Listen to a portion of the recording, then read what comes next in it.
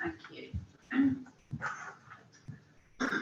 Okay, apologies for the slight hitch at the beginning of the meeting. So welcome to the Audit and Assurance Committee, Wednesday the 3rd of May in Tiflisky and remotely. We are having a few technical difficulties, so we're hoping to welcome our new independent member, Dawn Arthur. When she does join, I will stop and formally welcome her. I'd also like to extend a very warm welcome to Glyn Jones, our new Director of Finance, Planning and Performance. So welcome, Glyn. Nice to see you again. And also just a warm welcome to Bethan Davis, who is translating for us today. Thank you very much, Bethan, for coming along and doing that for us. So we'll proceed and hope that Donna will join as we go along. So do we have any apologies for absence? No. Okay, thank you. Do we have any declarations of interest?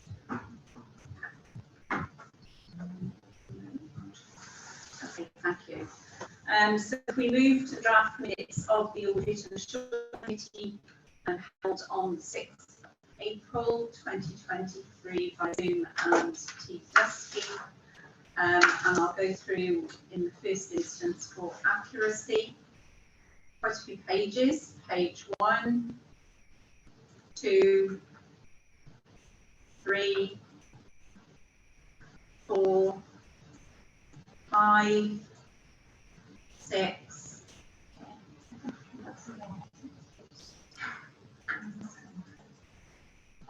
Is with regard to the audit,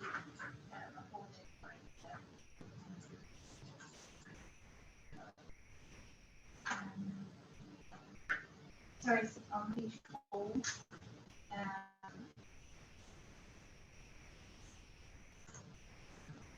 In the middle, it says it was confirmed that the council audit will be concluded in May based on notable lines actually available. I'm not sure whether that's a little bit too detailed on the notes because it refers to estimates. So either we need to insert something about it referring to estimates or maybe at the moment it's kind of indicating that all the accounts are based on estimates and then we can go to action. Okay, so either insert a line saying following specific period with regards to estimates.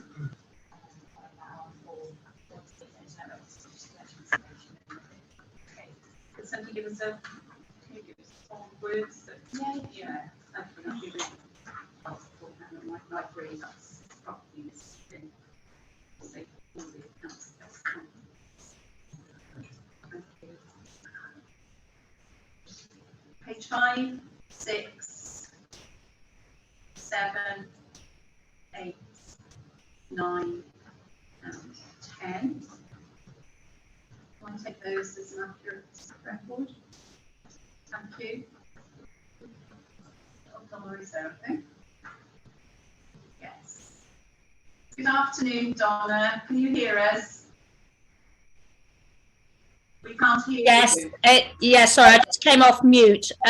Yes, I can. I'm sorry about being incompetent and not finding the Zoom link. I was sitting by myself on a Teams meeting for a few minutes.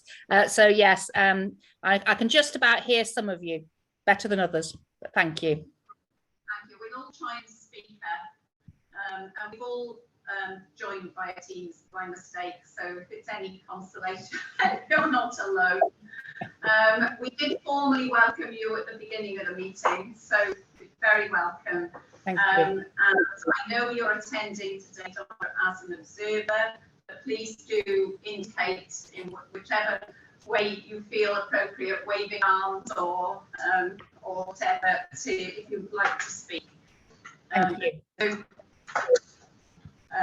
oh yes, and also we are in a public meeting, so just to remind everybody that the open session is obviously a public meeting, and that's why we have to start, Donna. Yeah, no, I appreciate. Apologies. Okay. Yeah, no problem. So we're okay for accuracy on the minutes. Can we move on to the action log? Yeah, thank you, Chair. Just to confirm that all actions are either complete or have been added to the forward programme. Thank you. Can I just ask a very quick question on the action log that appears on the screen?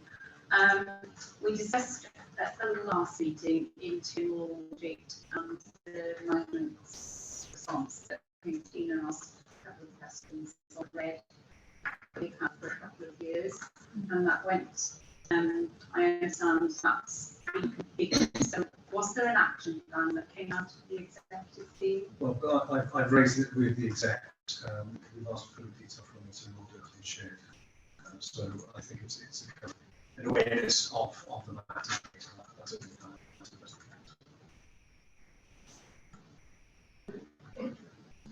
The question was in relation to the time taken to respond to the internal audit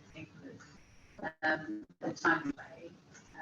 So the meeting will get to the end of the time and wanted assurances that there was program action to commit to returning comments in relation to internal and back to the time frame, and were there issues of concern, are there organisational issues of time staff that we need to look at. So we're still seeking assurances that we should be able to meet the deadline with regards to returning internal.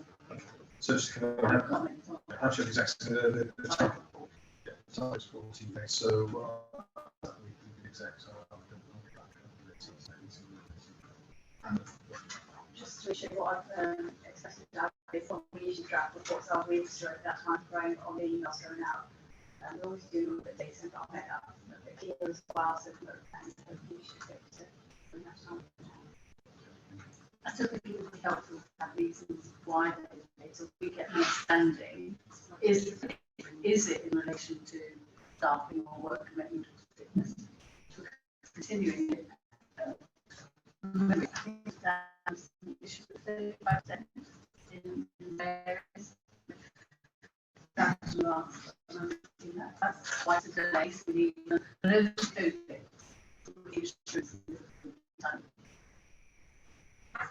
you accept put together an action on the meeting?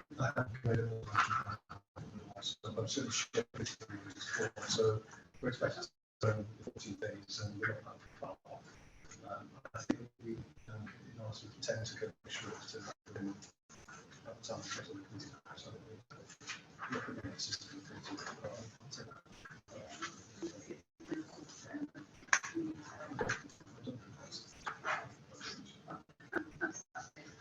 We are just seeking assurance that it won't be read next year. Just thinking about there's a couple of reports that have been mocked up at the moment. Yes. Which everything like this as well. But I think you'll see in you'll see the red in the draft annual report. I think my bet would be that I would probably move to an orange with these two, get those two into line and maybe finance, which is also special. So entirely. Yeah. Thank you. Donna, can you hear? Sorry, I didn't catch that, Chair. Can you hear everything that's going on? It's quite difficult. I might turn my camera off to see if that is going to help in terms of, because it's a little bit stilted and jerky. So I'll see, but it is a little difficult. I'm concentrating hard. Okay, thank you. Okay, can we move then to any matters arising from the minutes that aren't on the agenda today that anybody wants to raise? No? Okay, lovely, thank you. Okay, so if we move on to part 2, matters for consideration, and we start with everybody's favourite, 2.1, the draft accounts 2022-23, hands over to the we are on. Thank you. Yeah, so I've got a short presentation to run through the draft accounts that we There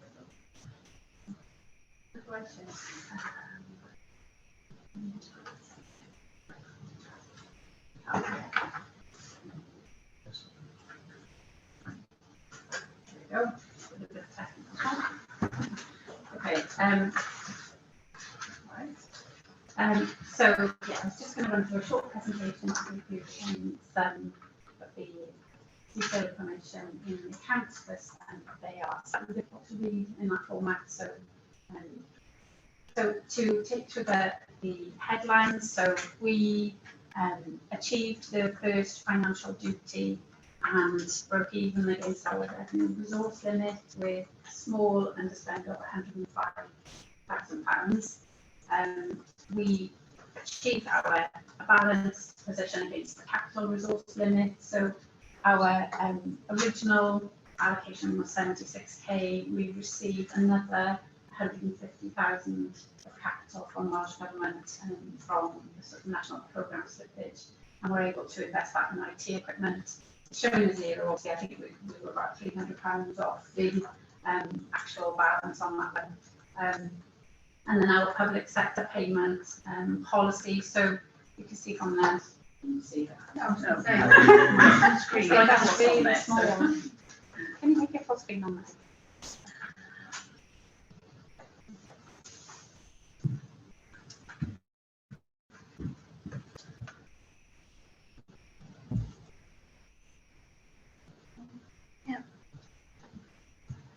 Yeah, lost a lot of amount. You're able to see the screen go? It says view at the top right hand corner. It's not that. Screen.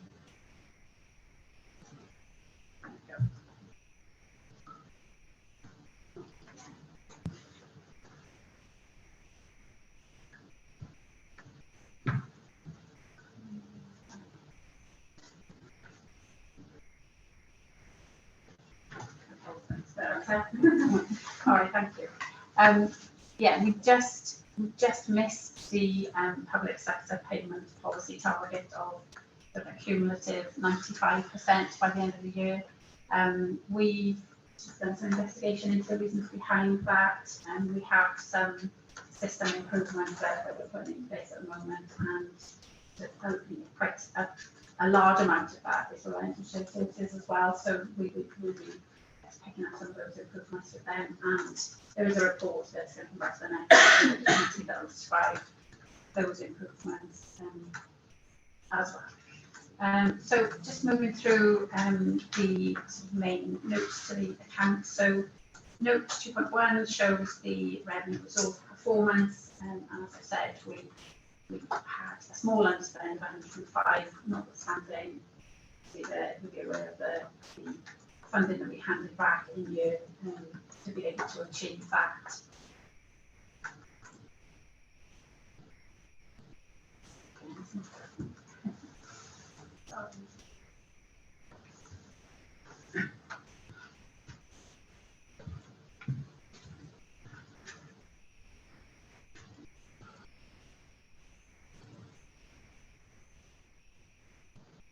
Still sharing, yeah.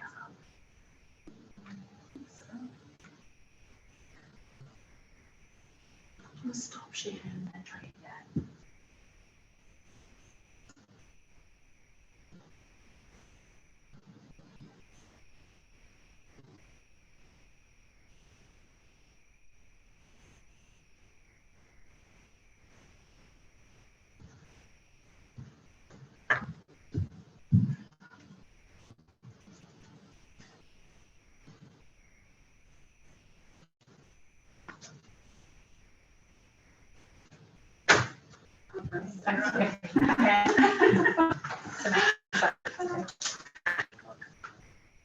Okay. Hopefully you can see enough of that. Yeah, sorry.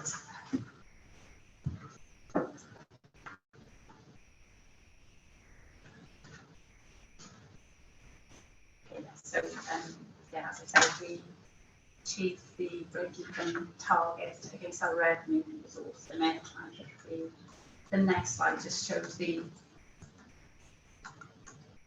change.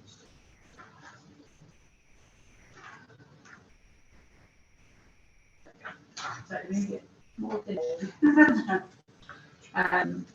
So we had a really sort of tiny underspend against the capital allocation. So the final balance being 226, and yet we were within the £300 of that. And the vast majority of that was spent on IT equipment, as is probably usual with this organisation. And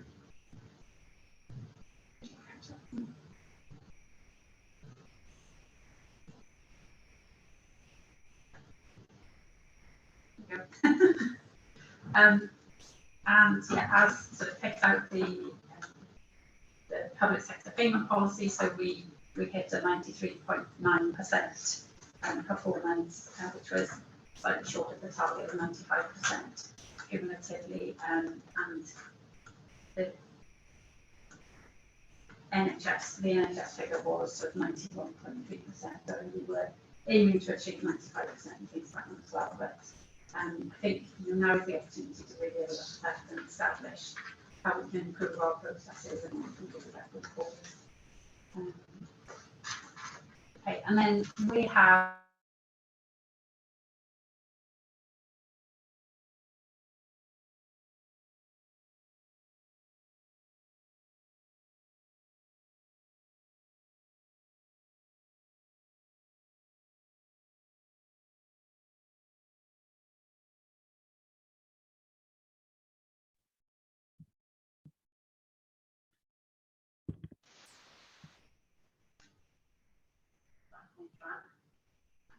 okay. So yeah, just a comparison of expenditure between 2022 and 2023. And these are our sort of main areas of significant expenditure across the organisation. So it says hitherto non-medical, obviously healthcare professional education, postgrad medical, dental and pharmacy, and then our other operating expenditure. And I'll note in 22-23 that postgrad medical, dental and pharmacy has just sort of exceeded the healthcare professional education for the first time. I think some of the reasons for that are the Transforming Pharmacy programme, that undergraduate pharmacy, those funded placements for undergraduate pharmacy that we've sort of put in place for the first time in the year. So this is an analysis of note 3.1, so that expenditure on healthcare professional education and training, and I think one of the things that is remarkable is how consistent those two graphs actually are.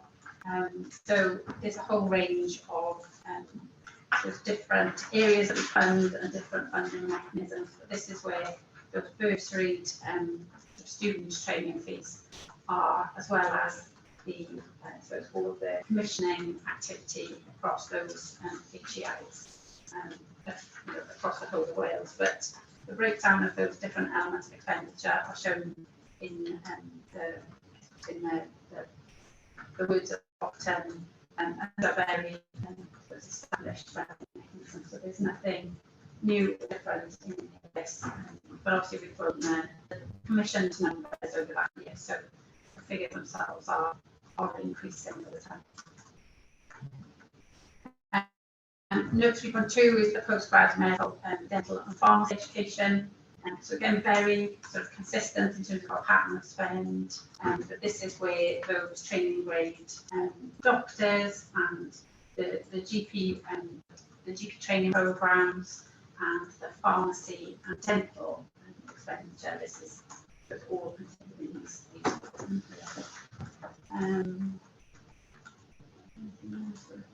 So yeah, training relocation expenses. Some of these smaller elements of cost that we include within this note.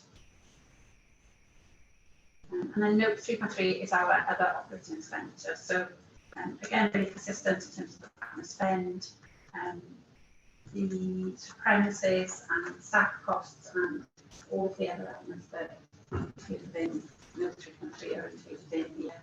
We've grown the establishment over the last 4 years, and the numbers are increasing, but we've managed to maintain that sort of proportion of overheads at around sort of 9 or 10%. So as a proportion of our commission budget, we feel that our staffing and overhead rate is still proportionate and efficient against our total budget. Property management, so this is on page 36, just the assets, assets we have by type and then movement in the net value. We've already described the additions in terms of the capital spend and the cumulative depreciation that we charged earlier. And we've had first time some impairments, so we've written off some laptops as a result of an asset verification process and things being not having any residual use.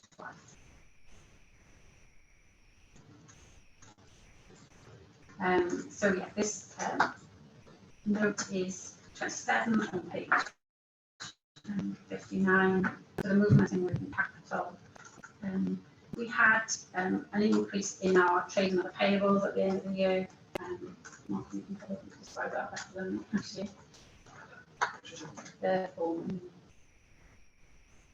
Sorry, you were talking. No, sorry.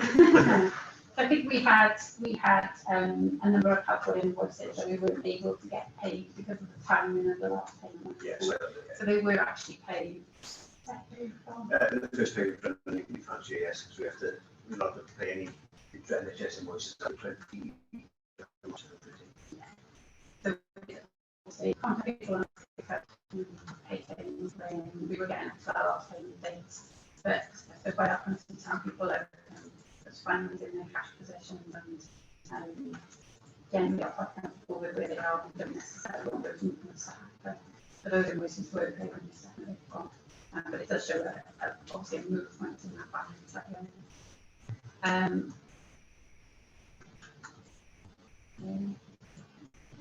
And that was just the statement of cash. Have I missed? We did get to the end of the year with a balance of 4 million in cash. That's sorry. So yeah, we ended the year with a balance of 4.1 million in cash, which is reduced from previous years. And as we know, Welsh Government have asked us to try to keep that to a reduced level. So I think we probably already collapsed on that, but yeah, there was nothing to pay the okay. So I think that's the end of my slides. If we've had some more technical difficulties, but happy to take any questions or comments.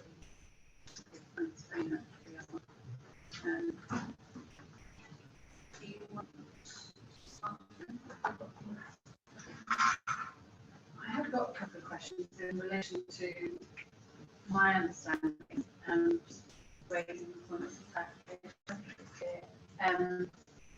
Throughout the accounts, it was saying that NHS is mainly outside the scope of that payment, and because of where we are. I just wondered, in relation to some of the expenditure, where we've had an increase in consultancy, about whether we process back on that. And if we do we pay that at the rate to education rate? And whether, or do we just ignore that, or do we not account for that? Because there has been an increase in that. So I just wondered whether there's a policy that how we actually retain business rates back against education rates. In terms of that, Yeah. if the intra-NHS policy back and no VAT is charged for NHS rates, sorry, so there's no VAT charged across the NHS rates. If it's outside that, then there are some rules where we can claim back, and it is quite a lengthy document with HMRC. We have to just like it's called COS rules, which relates to if we could have provided in-house in the past, so each invoice is reviewed, and we also have a VAT advisor to do a sort of stock check on any VAT invoice. So if it is reclaimable, we do, and if not, then obviously we get a cost of that. But any extra just So when because in the Education Committee, we're looking at increasing research on the evidence base, and if that's with contract university, will that be applicable, and will we start, or do we not charge that, and if so, do we look at it at I think it's 8% for education establishments, that rate is considerably different to business rates. I just wondered, because of 9, it says that expense charge and operating costs. I just wonder why I'm asking this question is whether there's an opportunity for us to look at how much that's likely to be, and whether we should recruit research people for a period of time to have research done internally. If this education is it's but it's more difficult if it's concept that always chargeable and claim that. So we can use it in scenarios where to help us somebody to get every scheme, set the contract to help do that. But staff is a big issue. We generally do have to take that on. Obviously, 3% or whatever is more expensive. So it doesn't be considered when at the start of the process. Thanks, because that for me was a key business area, and I think also in the development expenditure where we have a 0 in consultancy. I was on the audit committee last year, so this is the first year that we've actually had to pay over 200,000 in consultancy, and is that going to continue? Because that was all about IT, as we're moving to a more digital agenda. I just wonder that's going to get more expensive as well, and whether we should be looking at it. Potentially, because it's higher last year, because it's a nature work that they're doing on the system of implementation. It's not we have to review all and there's a big piece of work on the single platform renewal, which is likely to be the early stages on the board. We don't have to revenue as a service, it's deciding to have so against another huge work that we've got to get right to the start is cost and all. That's one of the reasons I'm asking is there's a work that contract for a year. We have 2 years to extend it. And I'm just thinking with all of this, whether to read this because you're trying to preempt questions in how that contract will go forward. So. Yeah, I'm sat on the board on that one.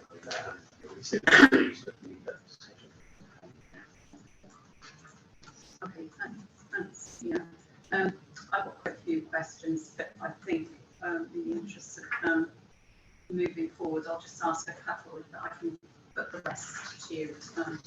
Obviously, as you will know, the accounts, for very good reason, only came to us yesterday. So I know that Brian and Martin have invited comments after the audit committee, so we can have an opportunity to look at this.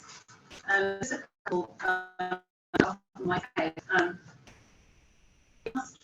Quite a few times the audit committee has asked about public sector payment policy. I think I've asked the question a number of times: are there any systems issues, and or is it a problem with the invoices? And so, whilst I can't get excited about the performance target, I do think it's important because it is a statutory target that we do get a comprehensive report back to the committee about exactly, because we were given assurances that this was okay, it wasn't a systems issue, and we now find that we haven't hit the target. So I think it's really important that we understand how that would happen. And I think you've kind of answered the trade and other payables, we've alluded to. I think it's maybe the idiosyncrasies of the cash system the year end. But certainly it's an obvious question, and I'm sure the Downs to give Audit Wales all the pointers. I'm sure it's something they will definitely be looking at also in their variance analysis. So perhaps we'll come back to that. But it is a huge increase, and the obvious question is why we've got so much that we owe people. In terms of that, the part of this one, but also we had the IFRS 16 asset has gone on this year, which is 1.7 million at the end. So, well, we've got a base analysis for that, so it is an increase in it. Just pay that. I mean, what I should have said before I asked any questions really was well done in actually getting a set of accounts that are coherent and look fine in many respects for me by the deadline of today. So I think I'd want to relay our thanks to the team, because despite the fact that there is a delayed deadline this year, you've hit the deadline anyhow. So if you could convey thanks to the team, because I'm sure they've been the midnight work to get them done by this time. If you start yawning after this, then we'll accept that. Yeah. So anyhow, thank you very much. So if it's okay, we'll move on, I think, and forward any detailed comments to you after the meeting. Thanks, Rihanna, and sorry about the technology. If we move on to 2.2, the remuneration and staff pay report, back to you. Yeah, thanks, I'll pick up. That's okay. Thank you. As part of our annual report, we are required to disclose certain information in terms of our staff and our processes in HAW. And as you can see from the report, there's various information in there in terms of workforce sickness rates, staff policies, that type of information, and particularly remuneration paid to senior managers. So in Appendix 1, I provided a report which sets out the requirements, which follows what we need to in the manual for accounts. So we haven't got a great deal of saying how this is presented. We've consolidated information from a number of sources: finance, people team, and the workforce team, and as you're also aware, from external pension administrators, which in the past we've had issues with, but this is all from the NHS Business Services Authority, and they've been exemplary this year. So all the information is available this year, and we won't be with you for anything. It says all included in appendix one of this report. There are two changes I'd just like to flag up, if that's okay. As we've been reviewing this, the staff numbers on page 3 need to match those in the accounts, and there's just a couple of adjustments we need to make there from an updated ESR report. And also, inadvertently, John Gammon, who joined as an independent member here, was missed off the table there. So I have added him into the final version, and there's a corrected version I'll send to David. So essentially, the paper is presented for consideration, and if it's approved, we'll submit to Welsh Government as part of the accountability report, which I understand is by week Friday, 12th of May. Thank you, Martin. Questions? I'm going to ask for this application. In terms of the table where we report on senior managers, if we've got people who we actually have on comment to the Welsh Government, do we report those or is the Welsh Government? I'm talking about CNO, for example, who's just come from here to Welsh Government. How is that reported? We don't include them, but we did put them in to explain that the images are included. I believe that was kind of last year for the some questions right before the contract. So we don't report it. It was picked up because the first year was last year. So we're not required to report senior managers that we pay for on the contract? We include if we send them in, and last year, push and shove there was, but Not out. Yeah. I assume they should be in the accounts to this group. Just are they managers for HAWs that have management involved.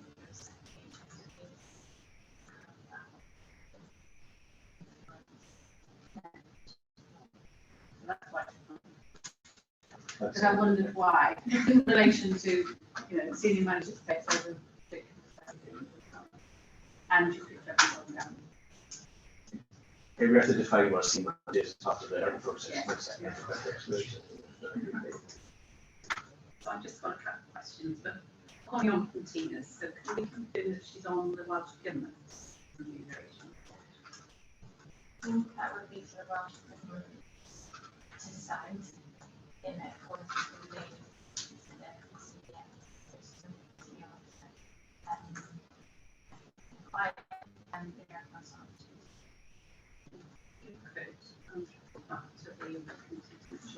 We don't lose people. I think they'd have to decide that individual has influence in the organisation, that is, we do, I guess, in a way that may not be the case. I don't know. But, everything to do with chief nursing officer. Oh, yeah, she's having previously worked in senior officer, she would be senior manager, senior She should be on the last. Yeah, that was- Yeah, that's Helen. It's just as a point of clarification for clarity, because It's a little bit of I'm losing people in the system. They're not in professional hours. Yeah, very good question, Tina. My question, just a couple of quick ones. Page 3, on the senior staff, I couldn't find the director of nursing in the list.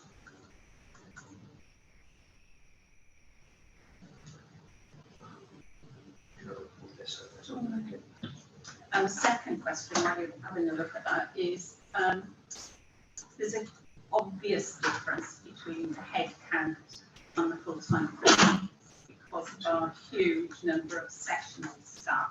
And I just wondered if it may be there, but do we need some sort of explanatory note? Because if you didn't know there was a load of sessional staff, you'd think those figures aren't right. They can't be right because there's so many more heads that make a full-time equivalent, do you know what I mean? So. Just your first comment, yeah, that you're right, that doesn't need to be added, so yeah, that was missed on that. Oh, that's okay. The nurse, so yeah, concept. Just the full-time equivalent, we do have a lot of sessional staff, which are 0.1 and 0.2 sessions, which does distort our. Yeah, that's why I wondered if there should be an explanatory Okay, note. yeah, Yeah, because I think looking at it cold, yes, yeah. Okay, smashing. If there are no further questions, we're being asked to approve the draft of the remuneration and staff report for submission to the Welsh Government as part of the 2022-23 accountability report. Changes, subject to those changes. And can I just go back to 2.1 because we didn't formally note the draft accounts for Health, Education and Improvement Wales 2023. Okay, moving on to 2.3, the audit inquiries for those charged with governance and management. This, yeah, thank you. As part of the year in review audit, we will issue a letter to those charged with management and governance to HIW, a set of questions in relation to fraud, laws and regulations of related parties. So the responses to those questions help audit wheels given you on the accounts and having plan review and focus in audit work and where necessary focus on the areas of highest risk. So therefore it's really important we give an honest and open responses to these questions. As you're aware, HAW has a good relationship with both internal and external auditors. They attend each of the committee meetings, private sessions you have, and also the finance regularly meet and engage with the auditors. So from my point of view, there shouldn't be any surprises in this letter. We should be careful on where we've gone. It's just a formal response to that for the year. In terms of completion of the form, I prepared an additional response, taking account relevant information from the audit committee meetings, other meetings we've had, and any other issues that we've discussed elsewhere. And they provided initially to the chair for consideration, and then they went to the executive team on 26th of April for their consideration. I did make some changes, Chair, you requested to those, and there were no further changes from the executive team. So the draft responses are provided in the appendix for consideration, and where necessary to make amendments, and just ask them to be approved and be submitted to Audit Wales within their deadline, which I think was the end of May, if I remember correctly. Okay, thank you, Martin. Comments? Just a couple of follow-ups. One, I'd like to defer to the closed session if I could, to ask. On page 9, we talked about access to NWSSP for counter fraud. I just wanted to follow up on that. Has anything progressed there? So we have a quarterly SLA meeting with membership sources, so that's kind of imminently. So we're going to take that through that so we can make that request formally and then it, and I'm sure that we can follow that up then if that doesn't happen. Okay, so will you report that back to the next audit committee? I think there's just one thing on page 36, which is the same as previously, Martin. It's the audit committee that requested, not just myself, on page 36. I was going to change one, but Yeah. I just noticed another one. And I'll take the other question. Okay, no further comments? No, thank you. So we're asked to review the draft response, which we've done, to the audit inquiries to those charged with governance and management for the period 22, 1st of April 22 to 31st of March 23, and propose amendments as required, and approve the submission of the letter to audit claims. Okay. Thank you. Thanks, Steve. Okay, 2.4, the Audit Wales final audit plan and the 23-24. Yeah, I'll finish one. Thanks, Chair. So, something very long ago, but last month we presented to you our outline audit report. So this detailed audit plan is built on that. So there is a little bit of repetition in it, but you'll see it's a simple document now. So I won't repeat what I said last time. So just drawing your attention to the audit at a glance, really. So we list out the financial statement, significant risk we've identified, as well as planning work, and the audit areas of focus. Andrew can go through the performance of audit work. We deal with no changes from the report outline, and we are using as well, which we will update now on receipt of the final account. So our draft materiality was 6.8 million, and that's what we use within our financial statements in order to identify correct material misstatements. And we also report to those charged with governance any misstatements that were notified to reality. So with regards to our audit plan, we have mentioned at the last audit committee that it was different to what we've done in the past. Twice we refined the changes that have come on board since then. We have largely completed our plan work, but there are some areas with our audit team is just finishing off some areas this week and next, just due to a timing difference between when we had staff available and when Martin was free to answer our questions. So we've got to work around that this year, and thanks to Martin and the team for being understanding of that as well. So the risks we have identified so far being significant risks, the risk of management override, and this is something we have within all our audit plans and each entity, and the way we undertake generally doesn't vary between audits. Stands to test there on journal entries, accounting estimates, and any transactions outside the normal course of business. We'll look at those.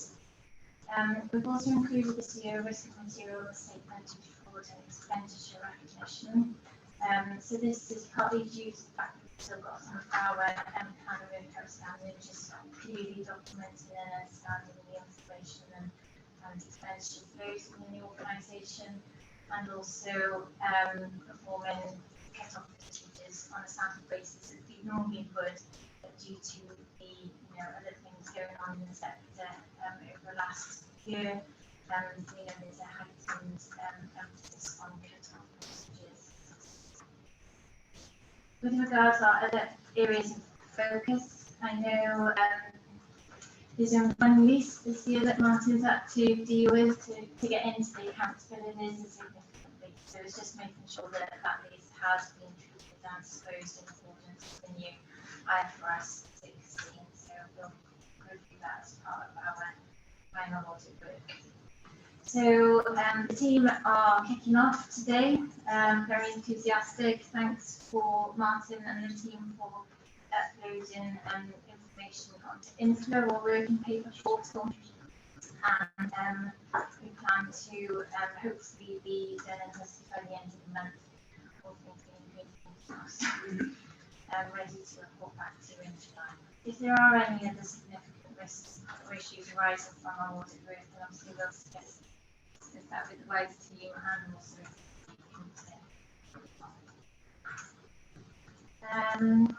Andrew, did you want to update anything with the performance rate? No, I mean, I think it's as it was last month, so there's no change to that. The breakdown of the audit fee that also works in there, and on page, what page is it? It's 89 of the report, which is 14, 20 on our plan. So I did mention at the last audit committee, due to ISO 315, there would be an increase in our audit fee and also the inflationary mark. So it's in it by gives a breakdown of that and the audit fee as well and how that compares to last year. As I said before, if we undertake our work less than the audit fee, we'll have to refund that. We can't charge more than it takes us to do the audit work. So we will put that into you and let you know towards the end. So with regards to the team is consistent as for last year, and all our contact details are on there if you would like to get in touch with us. And then just a reminder about audit quality and the ISO 315 teaching, just to run through that. Hopefully that's okay. I'm very happy to say.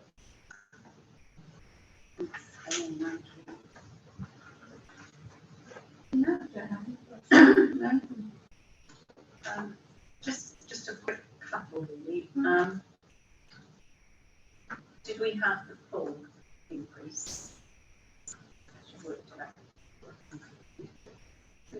The whole 10 from the 315? Within the fee scheme, there was a range between 12 and 18%.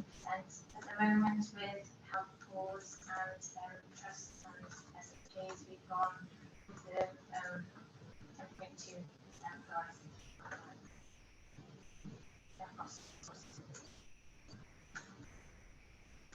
Okay. And will the finance team have clarity about that extra work? Because I know we had a discussion last time about exactly what it was that was additional, how it involved people. So there is, I'm looking wider really.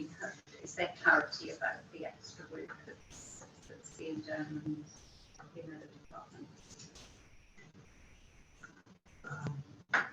When we get to the next week, I'll give us a bit of feel of what really goes really, we're ready for the additional, but what that is, we don't know yet. We haven't set out exactly where we're undertaking different work or extra work. It's kind of very fluid, but there has been a great emphasis on IT audit work.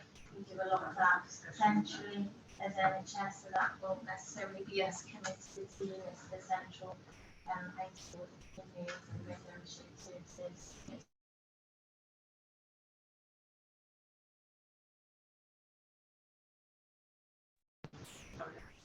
I was paying attention.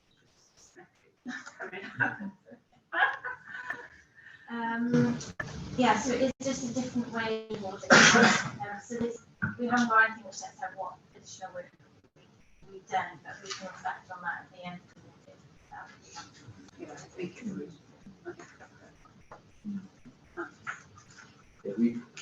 We do meet to the end of the year, we look at the rest of it anyway, so I think there'll be some feedback. So they may want a different approach how we respond to Yeah. categories as well. So we see how it's really well.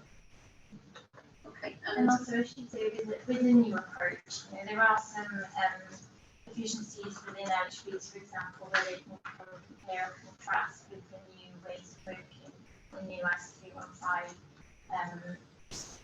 requirements, because they've got the same procedures and things going on within the LHB. So HOW sometimes we think of being a less complex organisation, but because they do things different to the LHBs, just we haven't got that kind of efficiency, economies of scale. So we're doing it for ourselves, so but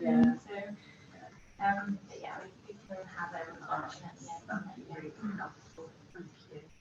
And like the other question I had was, and you probably had it last time, Andrew, in the plan. I may not have picked it up. The switch between, I know you talked about the switch between national and local.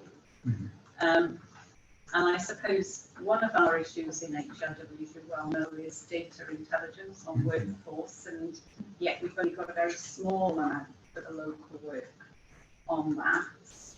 And is that sufficient, was my first question. And secondly, the local work didn't appear to be starting until January 2024, and yet it's 23B. It's basically a 12-month fee from now to my working free. We're planning it now it's 12 months. Yeah, it's an annual. So is that what we pay from now? I thought we paid calendar year on performance work. Well, what we can't do is basically do all our work in a 9-month period and have auditors. Also, so fundamentally, it's a 12-month plan for us, and that's how we plan to work. We always plan to commence work within that 12-month period. Clarification, the audit year, we pay monthly instalments from the 1st of April now, do we? Not calendar. No, it'll probably be earlier than April, I think. We do 6 months or 4 6 months after the results, isn't it? It's always confusing. It's different between the financial, which will, at a particular point in time, look backwards over the financial year, and our work going forward. So if we plan our work for the next, so we bring a plan, it will be a 12-month plan rather than a 9-month plan. Just for clarity, sorry to labour this, are we paying in advance then? So I map it out for that easier to come back to. I was thinking that, because I'm a bit confused. The fee rate does confuse us every year, but it is, we pay the one rate 6 months before 6 months after, this is different because you obviously have to get the rate. So if I map it out, I'll come back to you. I mean, some of our work will happen already because we've undertaken the space planning as part of that. So We are in May, so I would expect that. absolutely. Yeah.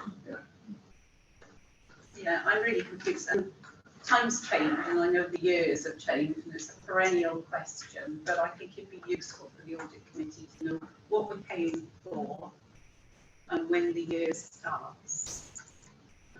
For both, I know. I think they compared letter as well last year. You did yourself for the way what you see all that kind of thing. And I guess that's what's in the back of my mind, which is why the work is starting in January 24. I thought we'd already paid the full performance fee by the end of 23. You know, try and make sure that that's helpful. Well, it's just clarity really of what we're paying for and when. Okay, I'll see if I can remember that. If you want me to recirculate that, it'll be not. Yeah, if it's still applicable. Yeah, I don't want us to get tripped up on. It would be helpful to have the map. Yes, I think so. Actually have clarity. That's not that letters up.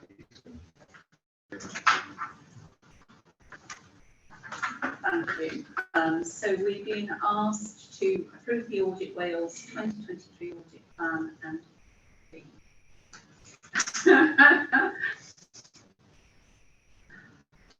Are we happy to do that? We've asked for more detail. And it's always been a question, I think, for me, which is the prerogative of the Auditor General. Do we approve it or are we noting it? I know we've got approve in here, but what happens if we say no?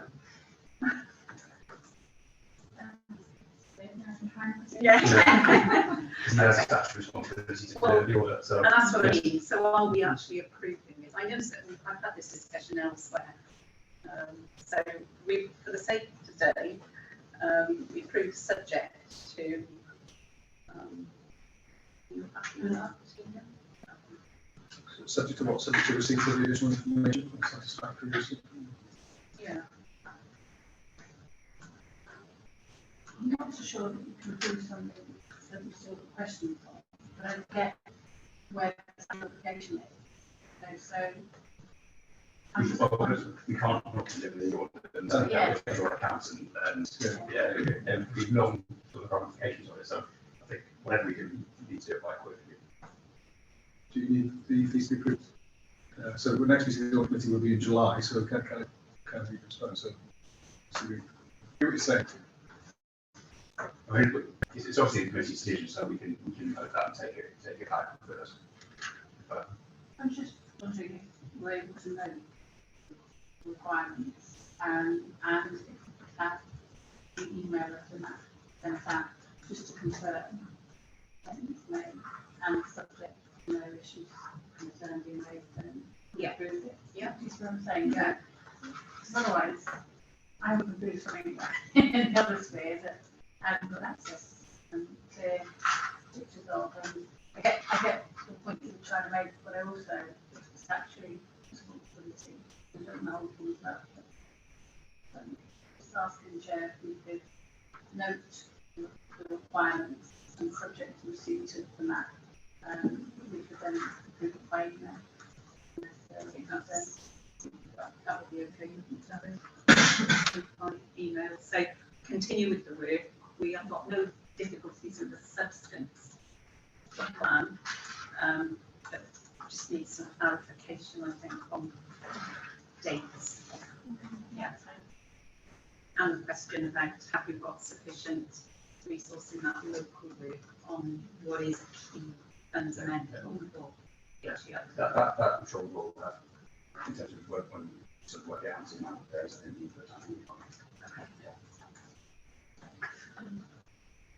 All right, thank you for that discussion. So 2.5 internal audit, head of internal audit report and opinion, 22-23. Emma? I'll take that, as Chair. So this is the draft annual report on opinion today. And just I'll assume it's read and I'll just run through a couple of key points from the document. So it feeds into the annual reporting of the organisation and specifically around the assurances made in the annual government statement.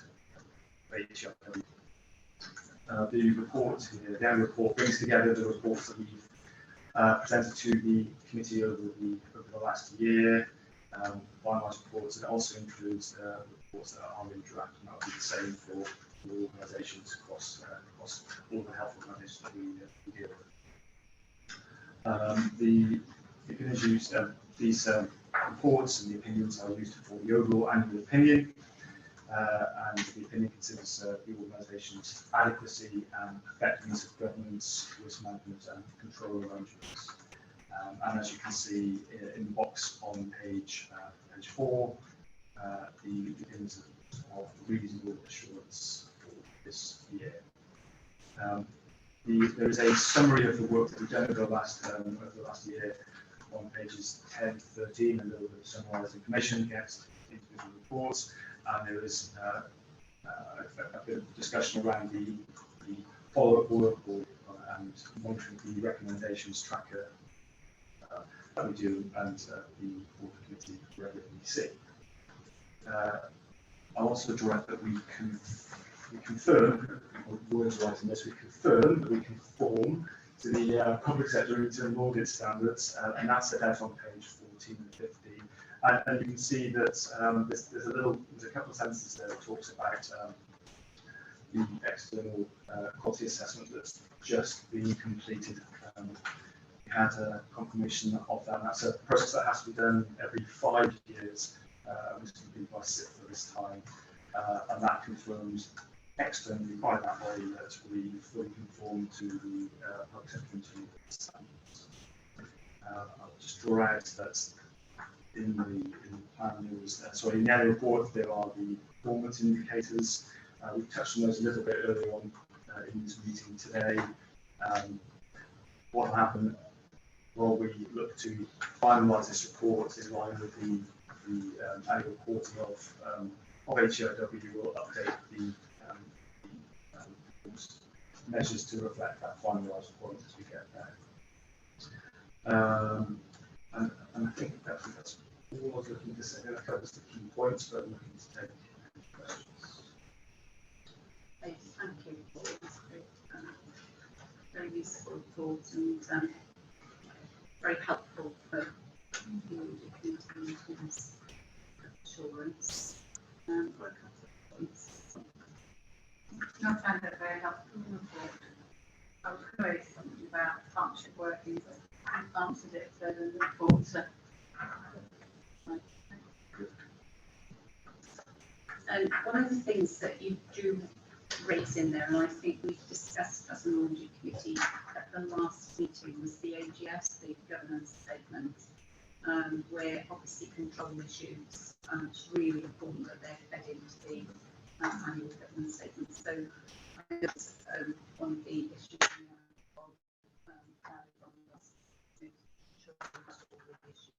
in there. Is that coming back to the audit committee in July? Statement with all the It's. Yes, it does, because obviously usually come through the audit committee in June. That's now you could have July. So yeah, that's absolutely correct. Yes. Okay, so we'll have an opportunity to sort of cross-check that and triangulate that.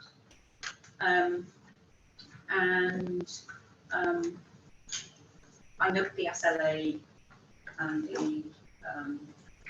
the IT reports that are nearly, as you say, nearly over the line. There's an obvious question. I know it's in draft, but potential for our first limited assurance report. In terms of the IT software, so that's actually been finalised today. So it was as a limited assurance. Correct. I think it would be our second, but from memory, we had one relating to, there was a change with regards to tax paid by consultants. And I think the right control processes around that. It's gone back a couple of years. Yeah. Okay. So we haven't had one for a very, very long time. And I guess we wanted to talk to all about limited assurance. If you could, yes, please. Yeah, I think,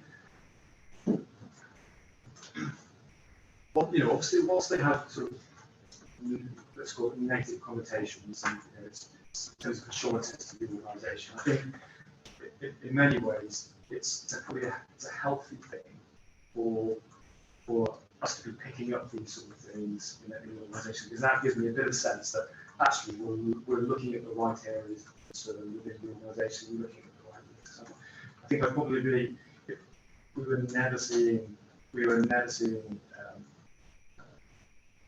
opinions where things would on the sort of the weaker side, then I think probably the alarm bells would be ringing, and that's always the sense of thinking why things quite as good as they are. So as I said, it's considering in terms of assurance, but in the wider, are we looking at the right things and targeting the right areas? That gives us that confidence that feels that we're having that good discussion with the executive.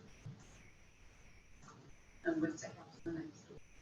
Could I just add to that? So just to confirm that when we look at our annual plan, identify the areas that it's in order to ask to look at over the course of the year, we do actually ask the team to look at our problem areas.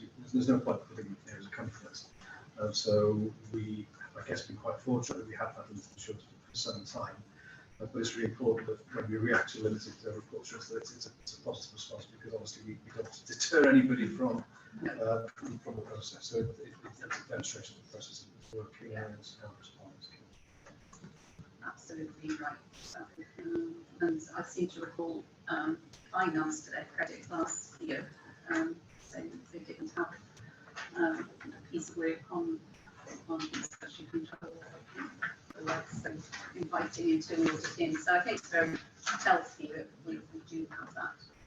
So, okay, thank you for that. So we've received the draft internal audit annual report heads of internal audit opinion. When does that become final? Once So, we yeah, so we'll work with that, just does the timing and sequencing, putting everything together for the report. But going to the draft when the version again comes down. Thank you. Moving on, 2.6, the Audit and Assurance Committee annual.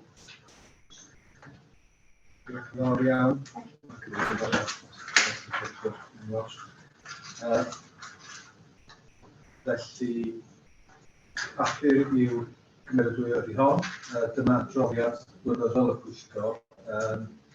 Prif pwrpas y adroddiad ydy darparu'r bwrdd gyda sicrhad bod system agig yn addasg ac yn gweithredu'n effeithiol. Mae'r papur yn crynhoi gwaith y pwyllgor dros y flwyddyn diwethaf ac yn tynnu sylw at materion allweddol. Mae o hefyd ar ddiwedd y adroddiad yn cadarnhau prif elfau o waith bydd y pwyllgor yn gymryd â hi dros y flwyddyn nesaf ac mae rhain yn cynnwys proses comisiynu contractau newydd y flwyddyn nesaf. Proses sydd ganddo o ran rheoli risg a broses sydd ganddo ar gyfer datblygu ac y broses o asesu risg o dwyll. Dwi'n cymryd gyntaf, pwyllgor wedi darllen yr adroddiad. Felly i gloi, dwi'n gofyn pwyllgor cymeradwyo yr adroddiad blynyddol ar gyfer 2022-2023 i'w gyflwyno i'r bwrdd am sicrwydd yn system Maes.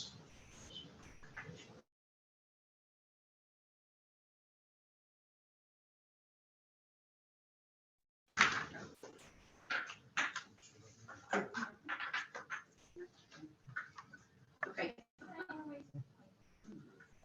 In 11.1, annual accounts on page 10, it says in May 2022, committee reviewed draft and audit accounts for 2023.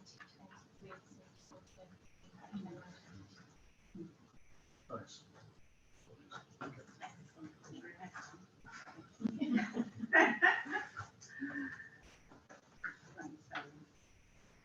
Okay, thanks, David. Do you have any I just have one question on 12 when I edit, counter fraud. Is that the right paragraph? We've transposed it. That looks like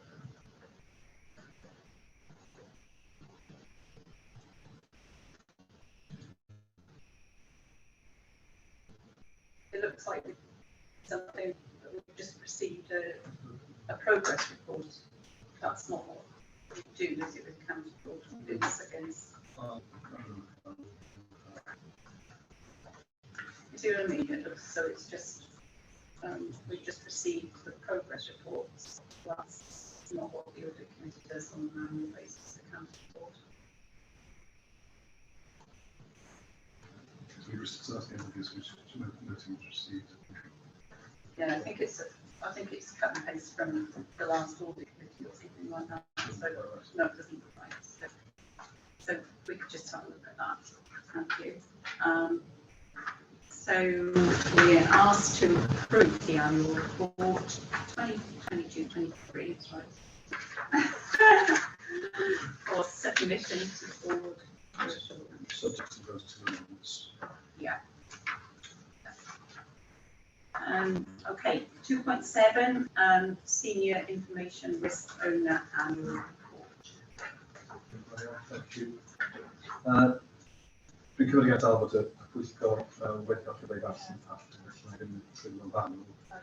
Felly, i gadarnhau y papur sy'n cyflwyno enwyn sicrwydd. Mae'n papur yn cyflwyno adroddiad blynyddol y Sangor. Mae'n amlygu gwaith cydymffurfiaeth agig o ran llywodraethiant wybodaeth gan gynnwys gwaith da ni'n wneud mwyn cynllunio gyda deddfwriaeth a reoliadau.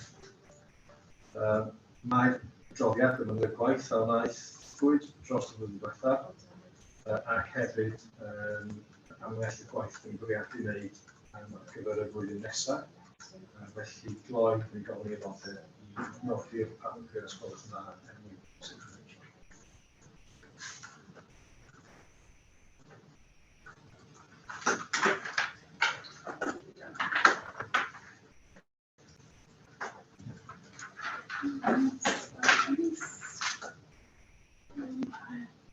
I feel like just wondering about continuity of the independent members in the audit committee. We've got quite a few changes, haven't we? And I don't know whether it's worthwhile looking at that going forward. There's something on the closed sections in there in terms of the audit committee. Yeah, I just wonder whether we should be, because, yeah, thank you, identify that there should be a comment with regards to with the continuity that it's been coming forward. So we certainly pick up in the self-assessment. Oh, I see what Continuity. continue in the term in terms of the chair's opening. Yeah. Yeah, something about the two. Where you're putting it, you're thanking other people, but I still think you need to maintain a continuity. Yeah, to give assurance. Because otherwise you've got potential for short-handling. So is that come from the auditor's annual report of the information response? I'm just wondering, well, is it the rest of the organisation? That's why I'm raising it. Just think we need to address it in some way. Okay, I hear what you're saying, and there's another point I would suggest we pick it up from the self-assessment committee, because I think that seems to be relevant. Well, it is in there, but demonstrate, are we managing that risk because of, or because the chair does come, for that continuity. I just don't want it seen as a risk for how we scrutinise or, challenge what we're getting. We've got frequency in terms of independent.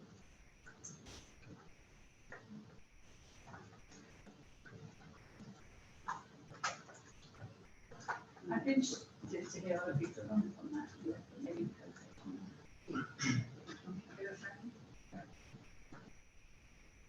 I had a few questions on this one, so bear with me. Apologies. The compliance with mandatory training. First, I guess Tina's mentioned the risk register. Is that on there? Secondly, do we have detail of where the training hasn't been completed, so by department and by year? So we have got that information, but I can share that in the meetings we have information. Because clearly we're only at 75%, which, as this is a key risk area, I